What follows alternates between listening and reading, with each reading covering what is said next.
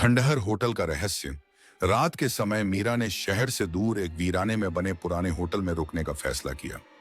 सफर की थकान और आसपास कोई अन्य विकल्प न होने के कारण उसने होटल के बाहर लगी खुला है कि चमचमाती नियोनेन लाइट देखकर वहां ठहरने का निश्चय किया। होटल बाहर से बेहद आकर्षक लग रहा था। जैसे ही मीरा अंदर पहुंची, माहौल अचानक बदल गया। चमचमाते होटल का आंतरिक दृश्य खंडहर में बदल चुका था।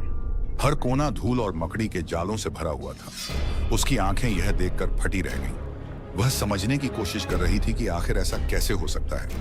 मीरा ने सोचा कि शायद वह थकी हुई है और उसका दिमाग खेल खेल रहा है। तभी उसे पीछे से किसी के कदमों की आवाज सुनाई दी। कौन है? उसने डरी हुई आवाज में पूछा। कोई जवाब नहीं मिला। हिम्मत जुटाकर उसने पलटकर देखा, लेकिन वहां कोई नहीं था। अचानक उसकी नजर होटल की सीढ़ियों पर पड़ी। उसे लगा कोई काली परछाई वहां खड़ी है। जैसे ही उसने करीब जाने की कोशिश की, परछाई गायब हो गई। डर के बावजूद मीरा ने खुद को शांत करने की कोशिश की और बाहर निकलने के लिए दरवाजे की ओर बढ़ी, लेकिन दरवाजा अपने आप बंद हो चुका था। अब तक मीरा का दिल जोर जोर से धड़क रहा था। उसे अपने पीछे किसी के होने का एहसास हो रहा था। उसने मुड़कर देखा, लेकिन वहां कोई नहीं था। तभी उसे महसूस हुआ कि छत पर कुछ है। जैसे ही उसने ऊपर देखा, छत पर उल्टी लटकी हुई वही काली परछाई थी।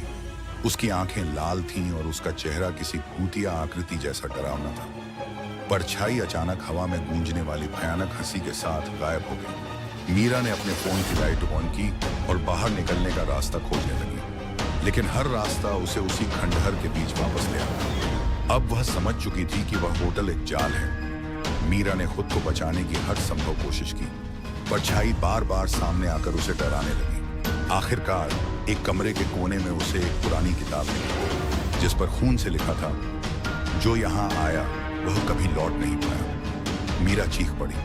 उसकी चीख सुनसान रात में गूंजी थी। अगली सुबह उस होटल के पास से गुजरने वाले राहगीरों ने वहां एक लड़की की आवाजें सुनी, लेकिन होटल हमेशा की तरह खंडहर ही था। कहते हैं, जो भी उस होटल में जाता है, उसकी आत्मा हमेशा के लिए वहां कैद हो जाती है। अब मीरा भी उन रहस्यमय परछाइयों का हिस्सा बन चुकी थी।